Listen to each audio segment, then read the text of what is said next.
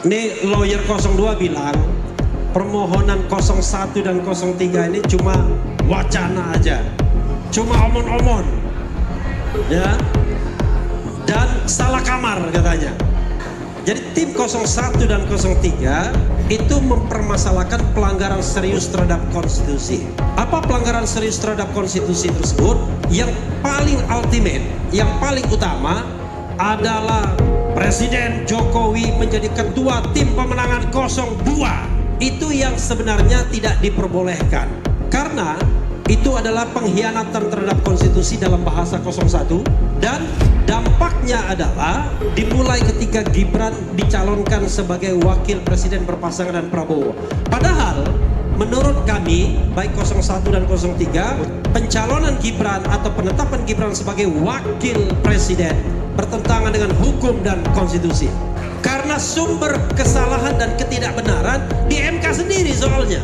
Putusan 90 itu putusan yang seharusnya tidak bisa menjadi alasan atau dasar bagi Gibran untuk maju sebagai wakil presiden. Tetapi dipaksakan, ada konspirasi pamannya, ada konspirasi KPU, ada konspirasi Bawaslu, sehingga Samsul ini kemudian bisa lolos. Makanya saya katakan haram hukumnya kalau kita dipimpin oleh pemimpin yang curang menangnya.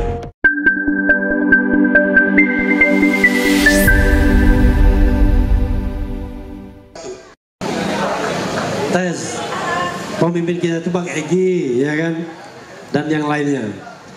Izin Bang ya, kawan-kawan semua. Assalamualaikum warahmatullahi wabarakatuh. Merdeka!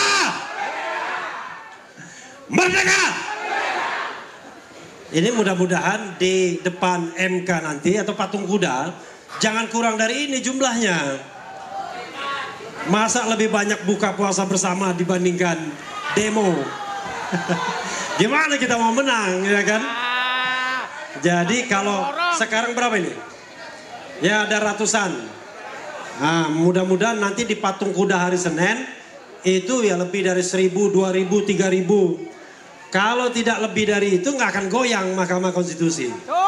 Jadi kawan-kawan semua, ada hal yang saya ingin bagikan, hal yang membahagiakan. Mudah-mudahan begitu ya. Walaupun saya tidak percaya dengan Mahkamah Konstitusi. Percaya nggak dengan Mahkamah Konstitusi? Sama, tidak percaya juga saya. Tetapi coba kita sisakan untuk berpikir secara ilmiah, dan nanti kita bantah lawyer-lawyer 02 yang barangkali ilmunya kurang. Ya. Jadi kawan-kawan semua, saya punya feeling yang baik ya. Insya Allah permohonan kita dikabulkan. Amin dong. Kenapa begitu? Gini, nih lawyer 02 bilang permohonan 01 dan 03 ini cuma wacana aja, cuma omon-omon ya, dan salah kamar katanya. Saya sudah jawab berkali-kali, bahkan ketika crossfire dengan lawyer-lawyer mereka yang mengatakan salah kamar itu pasti bacaannya baru bab 1. Ya, baru bab 1. Kenapa begitu? Yang namanya Mahkamah Konstitusi itu, kalau saya bicara teori ya, dan sidang 2004 yang lalu, di mana saya waktu itu jadi asisten hakim atau staf ahli. Yang namanya aspek kualitatif itu sudah diterima MK sejak sidang pertama. Jadi kalau ada lawyer yang mengatakan bahwa urusan MK itu hanya angka-angka, pasti itu lawyernya nggak belajar banyak, ya. Jadi urusan MK tidak hanya angka-angka, tapi ada satu doktrin yang disampaikan oleh Mahkamah Konstitusi yang saya khawatir hakim MK perlu diingatkan lagi, karena mereka tidak terlibat di putusan 2004, yaitu MK itu adalah the guardian of the Constitution, penjaga konstitusi. Apa yang dijaga oleh MK? Yaitu pemilu yang jujur dan adil, atau tegaknya azas-azas pemilu yang luber dan jurdil. Jadi kalau ada sebuah perhelatan pemilu yang melanggar konstitusi, sekali lagi, melanggar konstitusi, itu tidak tertutup kemungkinan MK untuk menyidangkan dan mengabulkan permohonan. Amin. Karena itulah memang doktrinnya. Dan itu tidak usah kita bicara TSM atau tidak. Debat tentang TSM itu debat yang menurut saya kurang lengkap. Babonnya adalah apakah MK bisa menemukan ada pelanggaran serius terhadap konstitusi kita. Terutama prinsip jujur dan adil. Makanya tim 01 dan juga 03, kok nggak ada yang ribut ketika saya nyebut 02? Padahal saya pancing gitu ya. Ya. Jadi tim 01 dan 03 itu mempermasalahkan pelanggaran serius terhadap konstitusi. Apa pelanggaran serius terhadap konstitusi tersebut? Yang paling ultimate, yang paling utama adalah Presiden Jokowi menjadi ketua tim pemenangan 02. Itu yang sebenarnya tidak diperbolehkan. Karena itu adalah pengkhianatan terhadap konstitusi dalam bahasa 01. Dan dampaknya adalah dimulai ketika Gibran dicalonkan sebagai wakil presiden berpasangan dengan Prabowo. Padahal menurut kami baik 01 dan 03, pencalonan Gibran atau penetapan Gibran sebagai wakil presiden bertentangan dengan hukum dan konstitusi. Karena itu insya Allah permohonan kita akan dikabulkan dan akan ada PSU, pemungutan suara ulang. Amin.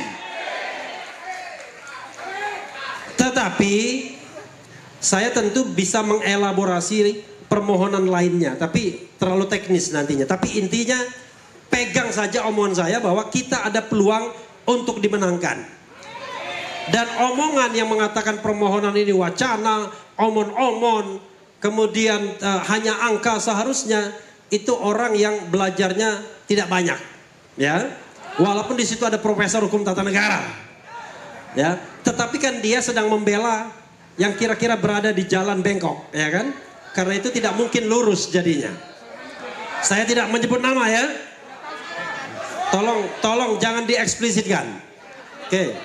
Nah, tetapi yang kedua, kawan-kawan semua, yang kedua, kita harus memberikan gesture otot politik, keberanian, support, dukungan, bahkan barangkali makian dalam tanda kutip kepada hakim konstitusi.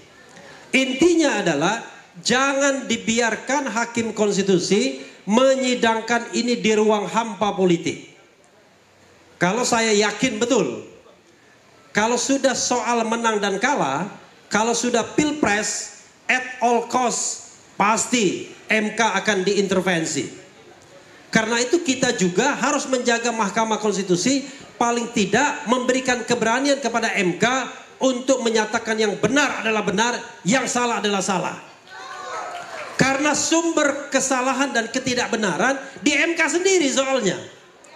Mumpung sekarang bulan Ramadan dan nanti halal bihalal putusannya 22 April, kita kasih kesempatan kepada MK untuk memperbaiki dosanya. Ya.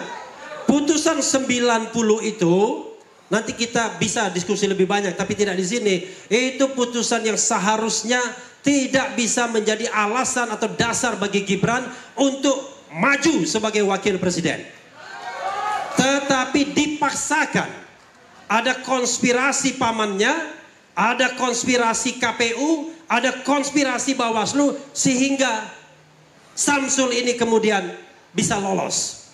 Karena itu mudah-mudahan ini dibenarkan lagi, dibetulkan oleh Mahkamah Konstitusi. Oke? Karena itu kita harus memberikan keberanian kepada hakim MK. Caranya adalah demo MK, 500.000 orang ke, 1 juta orang ke.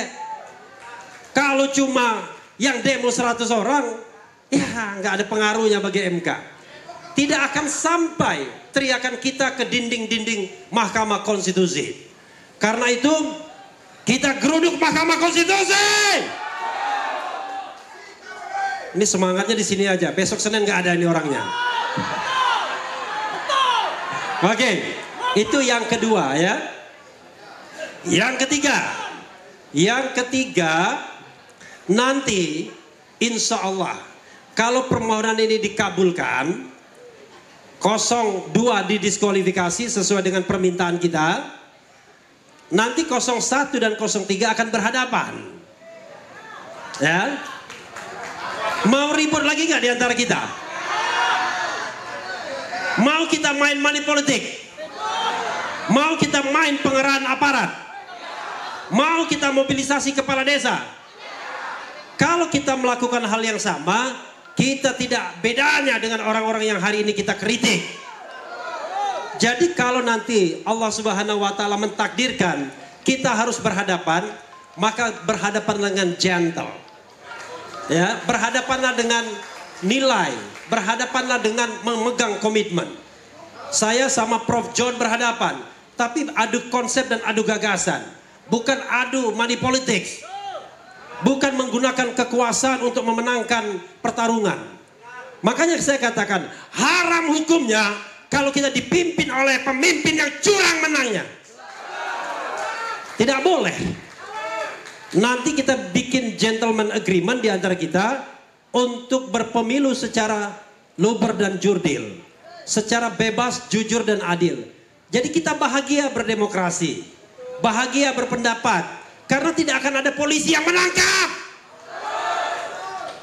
Hari ini coba bayangkan, Undang-Undang 1 1946 sudah dibatalkan oleh MK. Undang-undang inilah yang memenjarakan Habib Rizik, Habib Bahar, Syahganda Nenggolan, Anton Permana, Jumhur Hidayat. Siapa lagi? Oh ada orangnya. Allahu Akbar. Undang-undang itu sudah dibatalkan oleh Mahkamah Konstitusi. Kita apresiasi. Tapi rupanya orang-orang tukang ngadu ini tidak habis akal. Pakai dia undang-undang ITE lagi. Diadukanlah yang namanya Koni Rahakundini. Diadukan juga Hasto Kristianto. Yang ngadukan kelompok Jakarta Selatan, Jakarta Barat dan lain sebagainya. Jangan-jangan organisasinya pun baru dibentuk. Coba bayangkan, kita ingin berdemokrasi. Negara demokrasi, tidak ada orang yang ditangkap karena berbeda pendapat. Ini Mas Jumhur hanya ngomong soal undang-undang Omnibus Law. Dan itu nge-tweet, alhamdulillah ditangkap. Alhamdulillah yang salah itu ya. Nah karena itu ketiga ya, tadi yang saya katakan saya ulangi lagi, mari kita berdemokrasi secara beradab.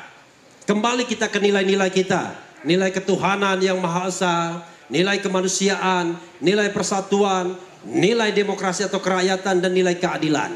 Itu bukan nilai gombal, tetapi oleh rezim Jokowi tidak pernah dilaksanakan. Oleh rezim Jokowi yang dipelihara adalah kemiskinan. Saatnya nanti ahli dari 01 akan menunjukkan bahwa tidak benar pertumbuhan ekonomi itu membuat preferensi kepada mereka yang dianggap berhasil melakukan pembangunan. No. Orang memilih bukan karena keberhasilan sang pemimpin, orang memilih karena kemiskinan yang dipelihara. Memelihara kemiskinan dan kemudian diserang dengan bansos, maka kemudian terjadilah pemilu yang tidak jujur dan tidak adil. Kita nanti mudah-mudahan berhadapan dengan cara yang bermartabat dan beradab. Itu saja kawan-kawan semua. Assalamualaikum warahmatullahi wabarakatuh. Merdeka!